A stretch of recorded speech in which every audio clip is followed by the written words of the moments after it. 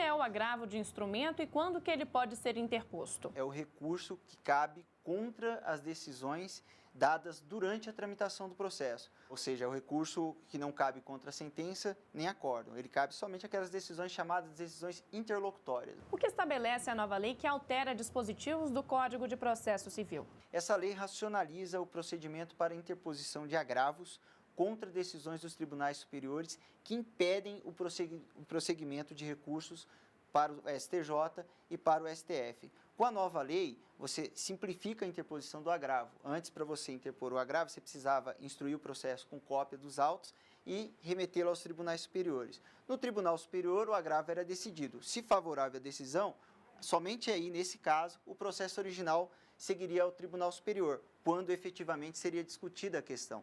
Com a nova lei, você entra com a petição de agravo e, desde já, o processo segue para o Tribunal Superior.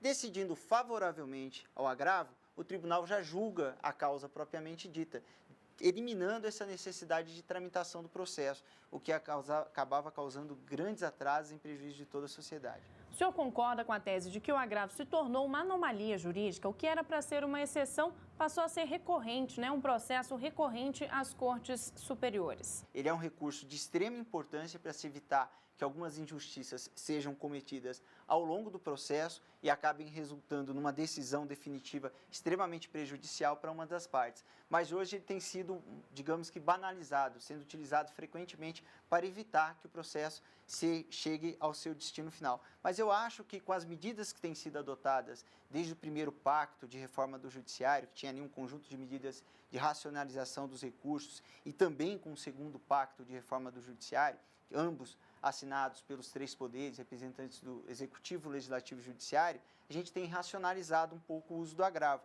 No entendimento de diversos juristas, essa novidade vai dar mais celeridade aos processos e também vai gerar mais economia aos recorrentes. Por quê? E essa modalidade de agravo que foi alterada, para você ingressar com ele, você precisa tirar cópia da maior parte do processo, peticionar junto com essa cópia no tribunal, o tribunal manda para o Tribunal Superior. O Tribunal Superior decide o agravo para somente depois decidir o recurso onde a questão está sendo efetivamente debatida.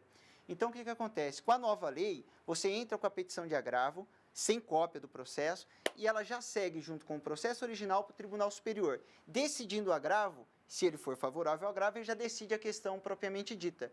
Então, não tem um tempo, você elimina esse tempo de tramitação em que o processo original demorava para chegar até as cortes superiores. Com a nova lei, a cada recurso rejeitado poderá ser interposto um agravo. Como é que ficou essa mudança? Na verdade, essa sistemática de interposição do agravo não foi alterada.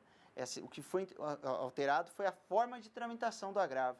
Então, isso não tem grandes mudanças nesse sentido. O principal estamos racionalizando a tramitação do agravo de instrumento. Ele deixa de ser, inclusive, agravo de instrumento, passa a ser agravo retido nos autos e segue com o processo para os tribunais. Isso deve gerar um ganho bastante grande, há ainda aí variação na análise, mas ganha-se pelo menos um ano, que seria o tempo de tramitação dos autos originais até o Tribunal Superior.